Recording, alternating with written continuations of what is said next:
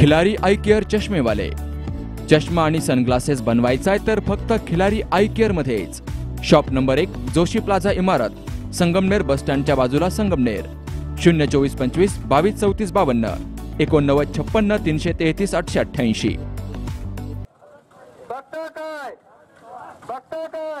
पाथर्डी शहरामधील अतिक्रमण हटवण्यात यावी या प्रमुख मागणीसाठी पाथर्डी शहर बचाव समितीच्या वतीने काढण्यात आलेल्या मोर्चेकऱ्यांच्या प्रश्नांचं उत्तर देण्यासाठी कुणी अधिकारी उपस्थित नसल्यामुळे संतप्त आंदोलकांनी तहसील कार्यालय पेटवून देण्याचा प्रयत्न केला।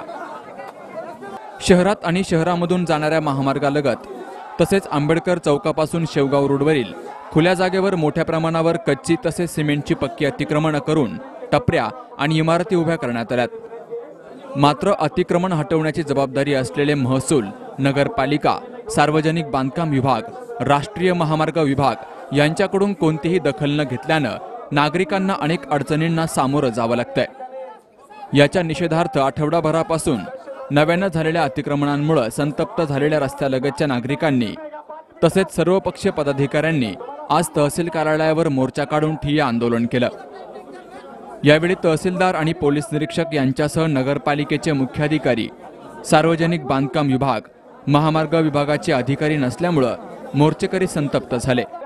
यावेळी येळीगावचे सरपंच संजय बडे यांनी पेट्रोल टाकून तहसील कार्यालयाचा दरवाजा पेटवण्याचा प्रयत्न केला।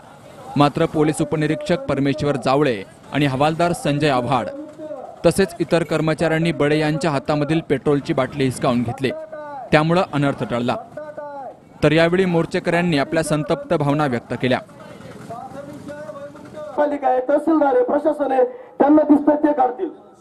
तुम्ही याचं अतिक्रमण काढून त्याचं काढण्यात आम्ही आणून बसवतो, हे चालणार नाही। हे सगळं पाथर्डी शहराचा जो इतिहास आहे तो या तुमच्या सगळ्यांना माहिती आहे, हे लक्षात ठेवा। ज्या ज्या वेळेला संकट येतं त्यावेळेला सर्व पाथर्डीकर एक होतात, हे तुम्ही लक्षात ठेवा। आणि मी फक्त आता प्रशासनाला एवढंच सांगू इच्छितो की साहेब एवढंच लक्षात ठेवा, जर येत्या 4-5 दिवसामध्ये जर तुम्ही याचा बंदोबस्त केला नाही, हे जर अतिक्रमण काढलं नाही तर आज हे सगळे लोकशाही पद्धतीने आम्ही सगळे या ठिकाणी आलो। आमचे उतारे भागा तिथं चला, त्यांचे उतारे भागा, त्यांना अटक करू नका। त्यांचे उतारे भागा, आमचे उतारे भागा, जर आमचे असेल तर त्यांना काढा आणि त्यांच्यापाशी उतारे असेल किंवा एखादा कागद असेल तर त्यांना द्या, आम्ही मोर्चा घेऊन जातो घरी आमच्या। आणि तिथं जायचं, त्यांनी आमच्यावर कोणती ऍक्ट लावायची, आम्ही त्यांचं काही बोलायचं, त्यांनी आमच्यावर काही ऍक्ट लावायची। आता असं झालंय, एक समाज दिवसा चोऱ्या करीत होतं, दुसरा समाज आता रात्रीची भीती वाटायला लागली। माणसं रात्रभर जागी, घरी झोपत नाही, सकाळी कामाला जायचंय। फक्त आम्हाला एकच सांगा, आमचे डॉक्युमेंट्स बघा, त्यांचे डॉक्युमेंट्स बघा, बाकी काही करू नका। नाही तहसीलदार ना तुम्ही चला, लेडीज पोलीस घ्या, जेंट्स पोलीस घ्या, आता आमच्या तिथं चाला जागेवर, त्यांचे उतारे बघा ना आमचे उतारे बघा। आपल्याला सोबत लोकनियुक्त सगळे पदाधिकारी आहेत, कोणाला काय अडचण आहे याच्यात जर असं कोणत्या पदाधिकाऱ्याला त्यांनी इथं सांगावी। मला पण त्रास होणार आहे। आज असं नाही की शेवगाव रोडला त्रास झालाय, उद्या नगर रोडला होऊ शकतो, शिरसटवाडी रोडला होऊ शकतो, कोरडगाव रोडला होऊ शकतो। तर सर्वांनी याच्यात हेवे दावे विसरून सर्वांनी एक या। आणि गावातले तरुण व्यवसायासाठी जर पुढे येत असतील तर त्याचं निश्चितच पालिकेने त्यांच्या सर्व सभासदांनी स्वागत करायला पाहिजे, त्यांना व्यवसायासाठी जागा मिळवून द्यायला पाहिजे।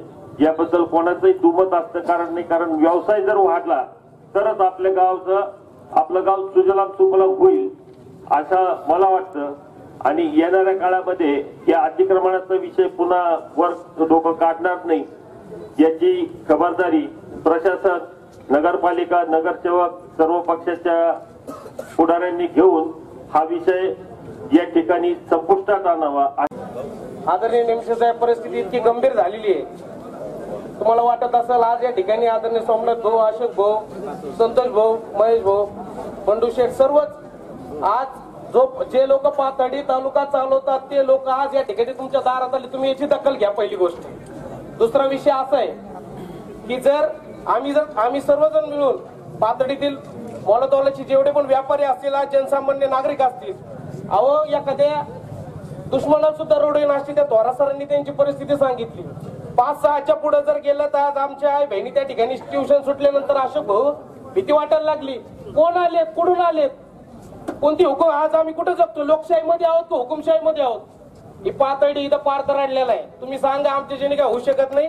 बंडू शेटने सांगितल्याप्रमाणे आम्ही आमच्या पद्धतीने 1000 पोरं उभा करून तिथं प्रशासन ताब्यात घेऊ. मोर्चाची माहिती मिळताच शेवगाव परिक्षेत्राचे पोलीस उपअधीक्षक संदीप जावळे यांनी घटनेच्या ठिकाणी धाव घेत मोर्चेकऱ्यांना शांततेचं आवाहन केलं. तर सर्व विभागाच्या बैठक घेऊन अतिक्रमण हटवण्यासाठी उपाययोजना करण्याचं आश्वासन दिल्यानंतर मोर्चेकऱ्यांनी आंदोलन स्थगित केलं. अमोल कांकरियासह मुकुंद लोहिया, सी न्यूज मराठी, पाथर्डी.